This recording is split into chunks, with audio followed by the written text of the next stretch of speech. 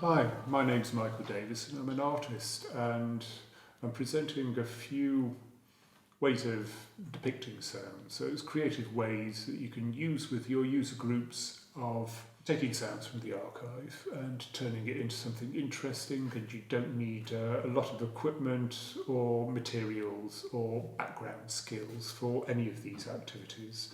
And this particular one I call Word Wallpaper.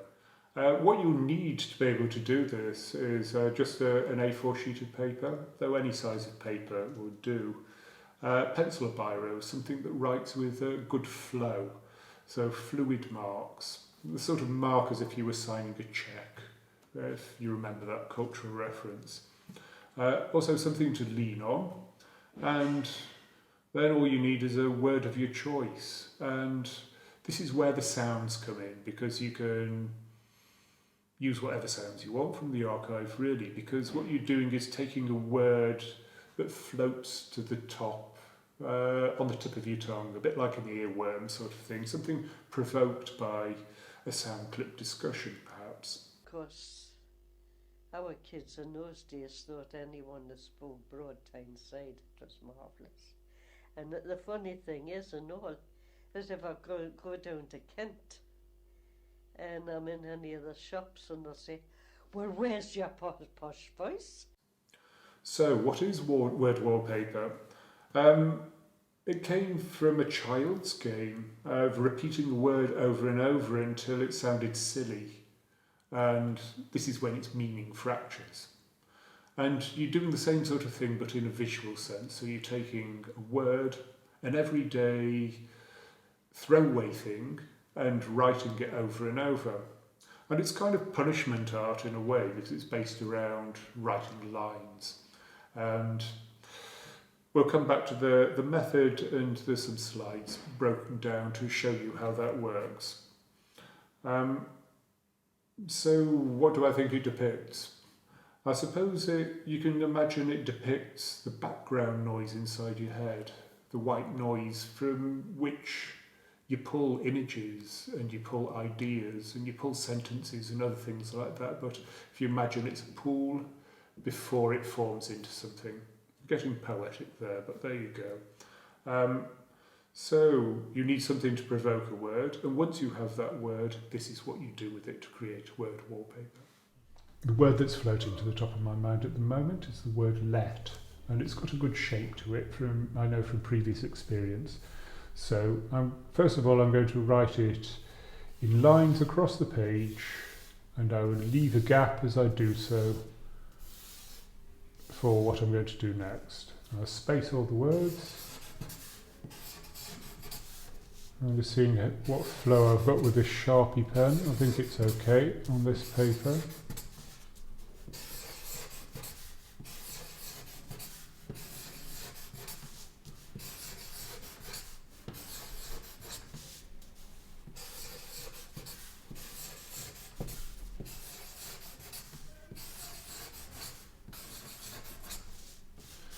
If you get to the end of the line and your word doesn't fit, pick up the letters at the beginning of the next line. It's good because that throws some of this rigid order, which can get a bit addictive. It kind of stops it. Oh, I've gone a bit odd there. What you're trying to do is leave enough space in between these lines so that when you turn the page over in the other direction, you can do the same, but from the other direction.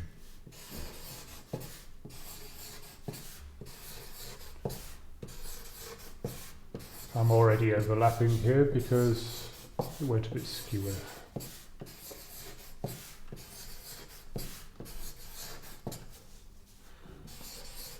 And after you've done a few, you really get a flow going.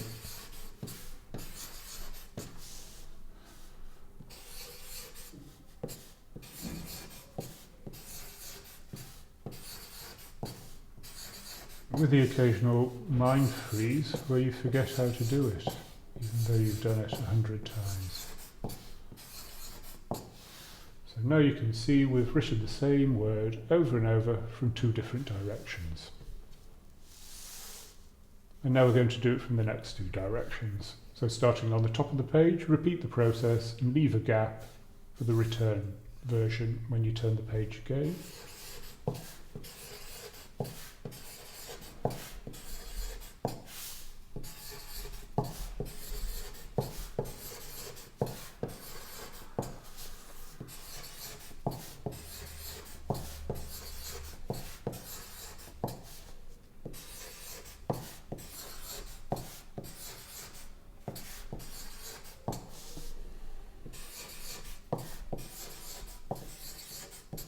So make sure people in your groups have the permission or are clear that they can do that.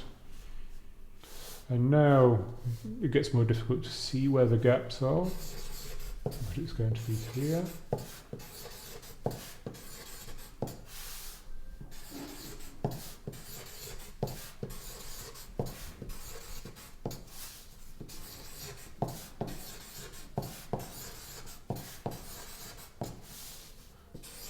Nearly there.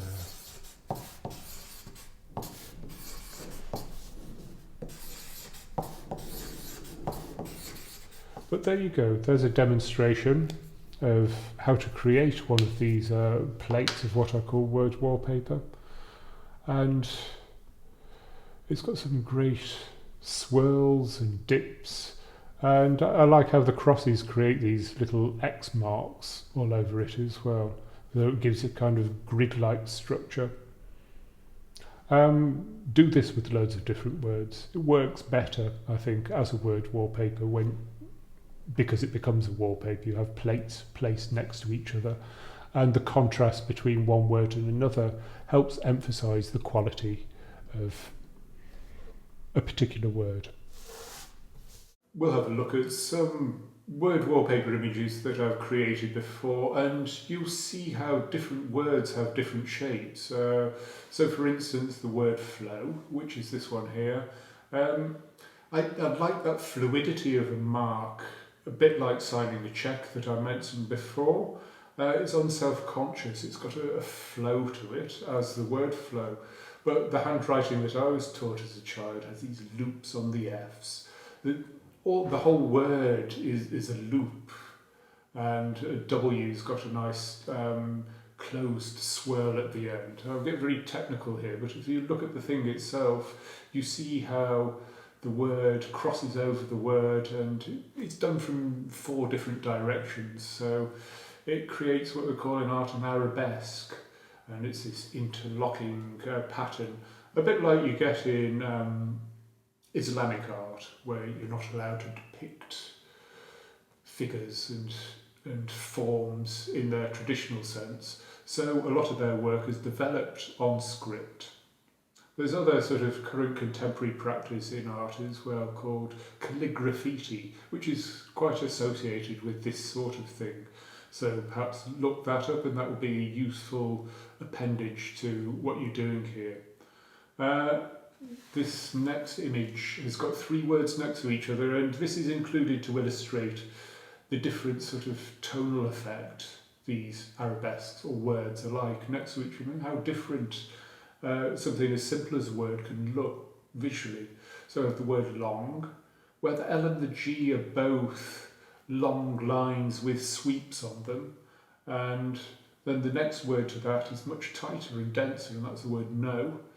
Okay, this next one is 2 words superimposed over each other. So these are the words hefty and fit. So you can see how you can use both the image of the word but also the meaning of the word and put them next to each other. So they're kind of 2 opposite words. And drawing to conclusion of this is just how you can apply these sorts of things. This is let life flow and know, all superimposed with different colours. That's a large canvas. And here is why I call it word wallpaper. You can see there's probably about 50 different words next to each other, and they are actually papered on a wall and papered over silhouettes. In this case, it's the man and the woman off the toilet doors. This was from a pet, and it was somebody's pet that had passed away recently. It was a Staffordshire Bull Terrier called Betty. And as you see in the image, you can see the word wallpaper, you can see Betty written over and over again on using colour on a background. With this, in this case, I'd painted some paper with colour beforehand. You could use the sort of paper that you use for the paper cuts, which I describe in another video, or just paint some acrylic paint over a piece of stout paper. And then a favourite tool that I like using are Posca pens. So I've drawn over with a Posca pen. It's like a paint marker, so you've got lots of flow. So this is a picture of Betty, and alongside it you can see a silhouette. This is clip art, you can get it online. So you do your sheet of Word wallpaper and then find an image that is associated with that particular word to the Surface user, spray mount that onto the back, and then use that as a guide to cut out that form. And as you can see in the finished image, we have Betty, but in the form of a Staffordshire Bull Terrier.